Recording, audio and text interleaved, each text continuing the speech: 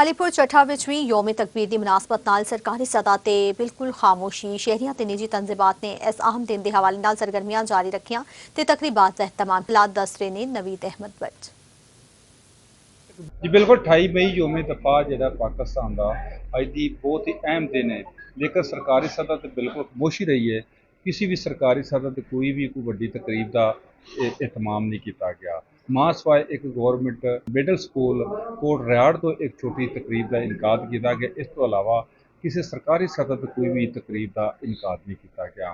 ये गल भी हकीकत है कि निजी तंजीमां ने अपने मुख्तलिफ रवायात के मुताबिक इस दिन को बड़े जोश जज्बे नाल मनाया, अपनी मुहब्बत नाल मनाया, अपनी अकीदत नाल मनाया है। मेरे नाल ने अंजमन ताजरां दे सरपरस्त आला इन्हां होण केक कट्टिया 28 मई के हवाले नाल ते उन्हां नाल गलबात करने अज दे हवाले ने की आंदे ने। बिस्मिल्लाहिर्रहमानिर्रहीम जी 28 मई योम तकबीर साडे लई बड़ा एक आज़ाज़ दा दिन है।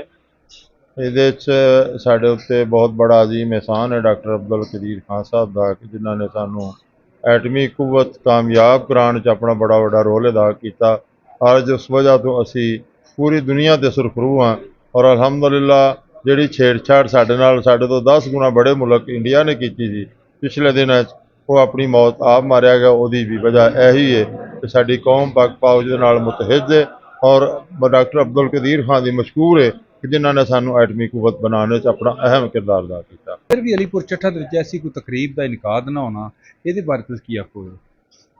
कौमी बेहिसी इसनूं कह सकते हैं कि साडे जिहड़े बरसरे इकतदार लोग ने उन्हां दी बेहिसी है कि उन्होंने सरकारी सतह के उत्ते इस प्रोग्राम नूं नहीं मनाया। हालांकि सरकारी सतह दे बल्कि प्राइवेट लोगों भी शामिल करके इनूं भरपूर तरीके दे नाल एक जोशो जज्बे दे नाल कौम विच उजागर करना चाहिए कि इस प्रोग्राम मनाउण दा और अज दे दिन की अहमियत की है।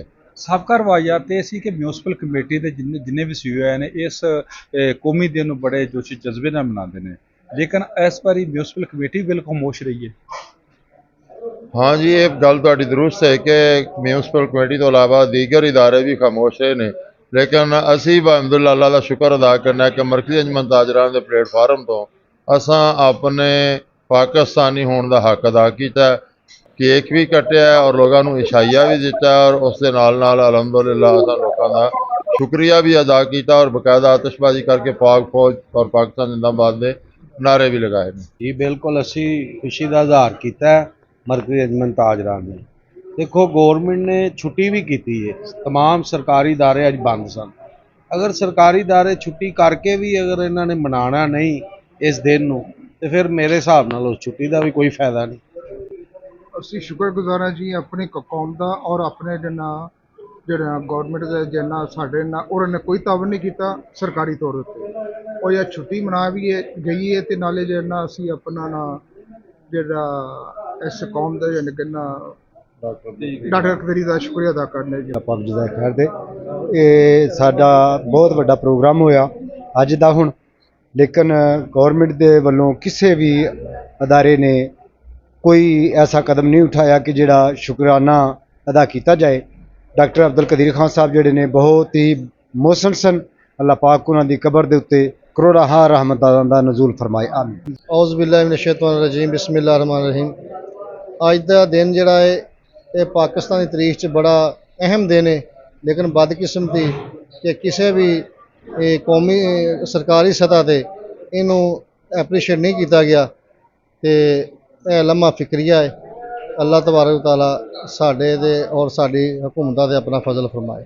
तंजीमात के जिहड़े जिम्मेदार सन उन्होंने आखना सी कि सरकारी सतह पर जिहड़ी कि इस तकरीब का इनकाद ना करना एक लम्हा फिक्रिया है, जिसने मुल्क को नाकाबिल तस्कीर बनाने में अपना कलीदी किरदार अदा किया है और खराज तहसीन पेश करने के वास्ते ये आसान तरीके नाल इस दिन मनाना चाहिए।